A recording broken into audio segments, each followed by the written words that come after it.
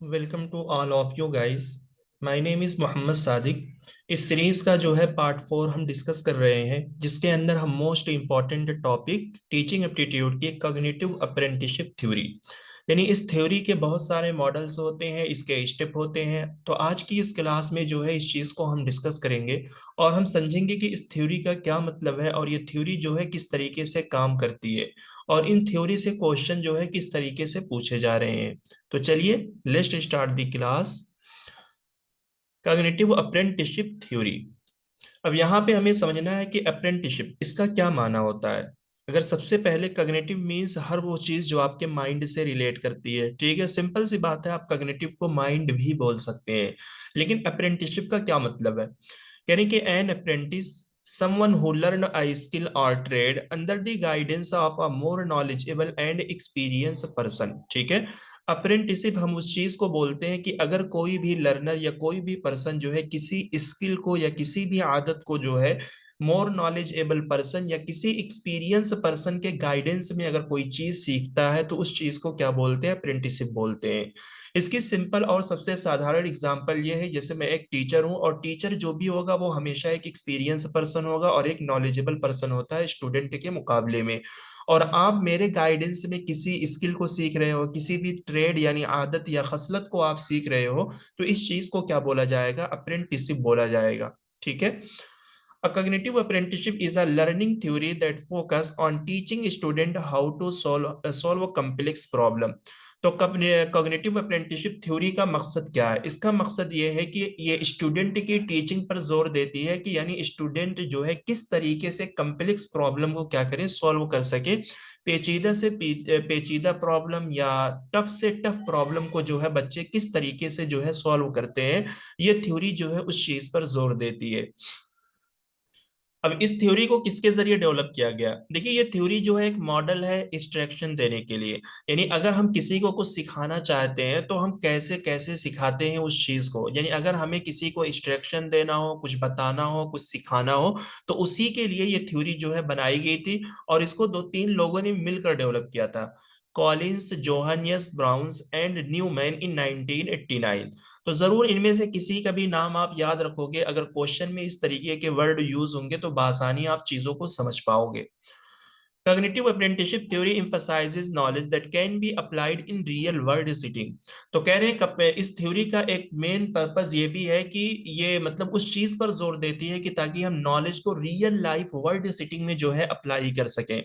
कहने का मतलब ये है कि अगर आप कोई भी स्किल जो है सीखते हो, तो आपके सामने अगर वो स्किल करने के लिए दी जाए रियल वर्ल्ड सिचुएशन में या रियल प्रॉब्लम में, तो उस चीज का जो है आप सॉल्यूशन निकाल सको। The theory is ब्रेकन into 6 teaching method, यानी ये थ्योरी जो है 6 पार्ट में जो है डिवाइडेड है। इसका जो पहला 3 पार्ट है, यानी जिसके अंदर आप चीजों को सीखते हो दिमाग लगाकर, पहला है मॉडलिंग, थर्ड दूसरा है कोचिंग, थर्ड है स्कैप फोल्डिंग। कह रहे हैं कि are at the core of cognitive apprenticeship and help with cognitive and metacognitive development. यानी इसका जो पहला 3 पार्ट है, modelling, coaching and scaffolding, cognitive apprenticeship theory का सबसे मेन पार्ट है, कोर एलिमेंट है। क्योंकि जो कुछ भी डेवलपमेंट बच्चों के माइंड में होती है वो इन्हीं 3 पार्ट के अंदर होती है। यहाँ पर वर्ड यूज किया गया मेटा कॉग्निटिव डेवलपमेंट, यानी जहां पर आप खूब अच्छे से चीजों को सीख जाते हो, समझ जाते हो, वो आपका यही 3 पार्ट जो है इसके अंदर मेन होता है।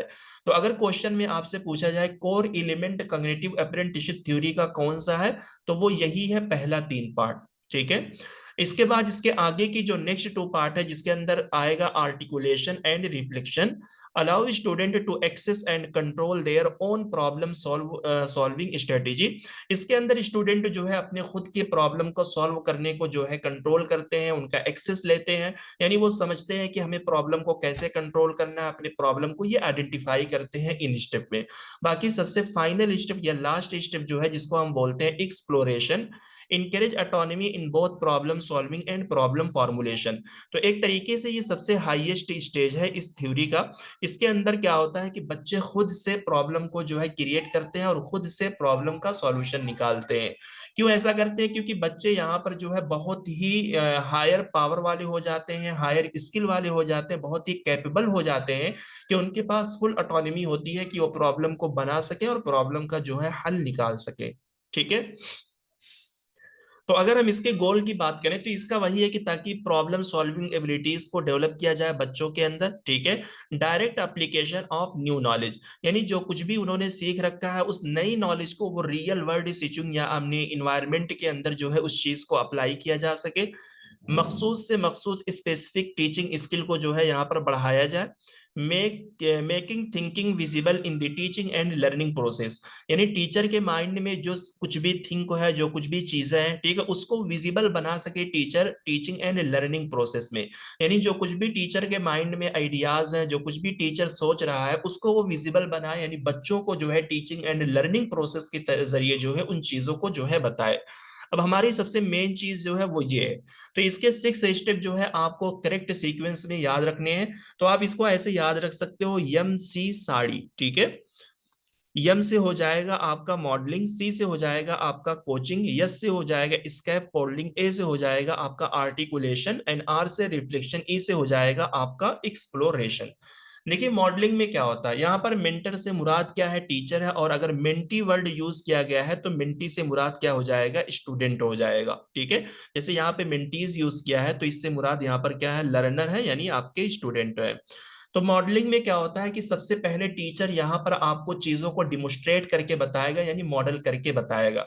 जैसे टीचर आपको क्या करना चाहता है, मेंटर डिमोस्ट्रेट और walk through the initial step of the process while revealing the trick of the trade, यानी टीचर जो है आपको ट्रेड करने की, यानी व्यापार करने की, बिजनेस करने की ट्रिक को रिवील करना चाहता है। तो मॉडलिंग में क्या करेगा, अगर टीचर आपको ट्रेड के बारे में बताना चाहता है तो मॉडलिंग में टीचर डिमोस्ट्रेट करके, यानी खुद आपके सामने डेमो देकर बताएगा कि बच्चों अगर आप बिजनेस करना चाहते हो तो आपको ये ट्रिक जो है फॉलो करनी पड़ेगी, इस तरीके से जो है बिजनेस किया जाएगा, ठीक है। तो मॉडलिंग में आपने टीचर की चीजों को जो है देख लिया है, सुन लिया है। अब सेकंड स्टेप यानी कोचिंग में आप क्या करोगे, आप उस काम को आप परफॉर्म करोगे, यानी जो मॉडलिंग में आपने देखा है उस काम को यहाँ पर आप परफॉर्म करोगे, यानी खुद से करोगे। Mentor observe mentees activities along with provision of guidance and feedback. तो यहाँ पर जब आप काम करते हो ना तो टीचर जो है सिर्फ आपकी एक्टिविटी को ऑब्जर्व करता है, यानी यहाँ पर आपको एक तरीके से हेल्प नहीं करेगा, बस सिर्फ देखेगा कि आप किस तरीके से काम करोगे और उसके अकॉर्डिंगली जो है आपको गाइड करेगा और फीडबैक देगा, ठीक है। सबसे थर्ड स्टेप जो है ये है स्कैप फोल्डिंग, यानी यहाँ पर टीचर आपकी सपोर्ट करता है, एक तरीके से आपकी हेल्प भी करता है। Mentor support mentee while they work through the task with gradual fading of such support। अब देखिए थर्ड स्टेप में क्या है कि जब यहाँ पे आप काम करते हो तो टीचर आपकी यहाँ पर हेल्प करता है, यानी मदद करता है। यानी अगर आप ट्रेड कर रहे हो, आप कहीं पर फंस रहे हो, तो यहाँ पर टीचर बीच में आपको गाइड भी करेगा, आपकी मदद भी करेगा, आपको करके यहाँ पर बताएगा भी। तो जैसे जैसे आप कैपेबल हो जाओगे, यानी स्टेप बाय स्टेप आप चीजों के लिए जो है आगे बढ़ते चले जाओगे, सारी चीजें आपको समझ में आ जाएगी, तो सेम फिर टीचर क्या करेगा, ग्रेजुअल फेडिंग मींस यानी अपने सपोर्ट को धीरे धीरे जो है आपके पीछे से हटा लेगा, ठीक है। तो स्कैप फोल्डिंग यही होता है कि जब भी आप कोई भी चीज सीखते हो, आप नहीं सीख पाते हो, तो टीचर आपकी तब तक हेल्प करेगा जब तक आप वो चीज मुकम्मल सीख ना जाओ। जब आप सीख जाते हो तो फिर टीचर क्या करता है, अपना सपोर्ट पीछे से जो है हटा लेता है। तो उसी चीज को हम बोलते हैं यहाँ पर स्कैप फोल्डिंग, ठीक है। तो पहला 3 स्टेप जो है कॉग्निटिव अप्रेंटिसशिप थ्योरी का जो है कोर एलिमेंट आता है, क्योंकि यहीं पे जो है आपकी मेंटल डेवलपमेंट होती है। अब यहाँ पे है आर्टिकुलेशन। आर्टिकुलेशन का जो लोगो है आप देख सकते हो, ये मैसेज का लोगो है। इसके अंदर क्या होता है कि लर्नर मेंटी वर्बलाइज रिफ्लेक्शन, यानी यहाँ पर लर्नर जो है यानी स्टूडेंट जो है अपनी खुद की परफॉर्मेंस के बारे में बात करेगा, बताएगा कि पहले वो किस लेवल पे था और अब वो किस लेवल तक जो है पहुंच चुका है। Mentee verbalise, verbalise means verbal, यानी यहाँ पर वर्बल जुबान से खुद जो है अपनी रिफ्लेक्शन को, अपनी कामयाबी को जो है स्टूडेंट यहाँ पर बयान करेंगे। फिर आपका आएगा fifth reflection, mentee self access on performance. तो यहाँ पर बच्चे जो है अपनी खुद की परफॉर्मेंस को जो है एक्सेस करेंगे। इस शेड्यूल को या फिर इस डायग्राम को आप देखो कि पहले उनकी परफॉर्मेंस ये थी, फिर उसके बाद ये हो गई, फिर ये हो गई, फिर उसके बाद जो उनकी परफॉर्मेंस ऐसे बढ़ती हुई जा रही है। तो रिफ्लेक्शन में अपनी खुद की परफॉर्मेंस को जो है वो क्या करते हैं, एक्सेस करते हैं। सबसे लास्ट स्टेप जो है वो आपका एक्सप्लोरेशन है, जो कि सबसे हाईएस्ट स्टेज है इस थ्योरी में। Mentee explore the topic beyond what was shown by the mentor.